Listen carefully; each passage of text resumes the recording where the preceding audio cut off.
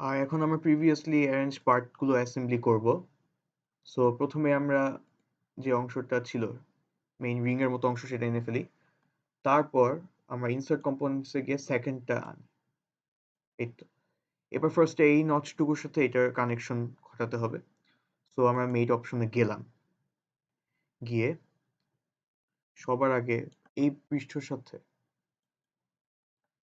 আমরা ভিতরের এই সারফেসটা মানে ওই সারফেসের এই সারফেসটা মেটে আনলাম। তারপর এখানে যে কোনো একটা নচ এইটার সাথে ভিতরের এই নচটা মেটে আনলাম। এই নচটা ক্লিয়ারলি এটা এইটুকু।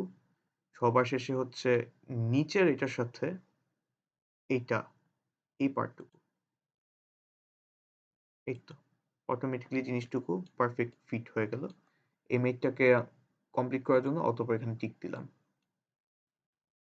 এরপর সিমিলারলি আমরা ওই বেঞ্চের অংশটুকু একইভাবে অ্যাসেম্বল করব। 3 এনে ফেললাম। সিমিলার ভাবে অবভিয়াসলি ফার্স্টে আমরা যে সেম ভাবে যে সারফেসটা ভিতরে থাকে সেটা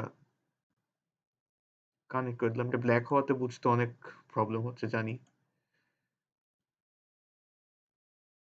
ভিতরে যে কোনো একটা হাতল এই পৃষ্ঠটা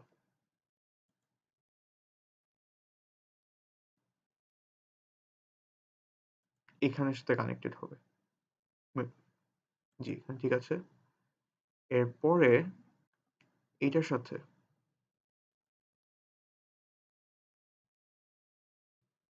এই পার্টটুকু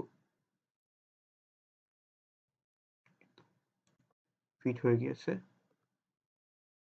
মেটটা কমপ্লিট করার জন্য আমরা টিক চিহ্ন দিলাম। আর এভাবেই বায়োমেডিকেলের কোয়েশ্চেনের আনসারটা এভাবেই আসবে। সো কোয়েশ্চেন আনসার এইটুকুই বেসিক্যালি। Thank you. আল্লাহ হাফেজ। আসসালামু আলাইকুম।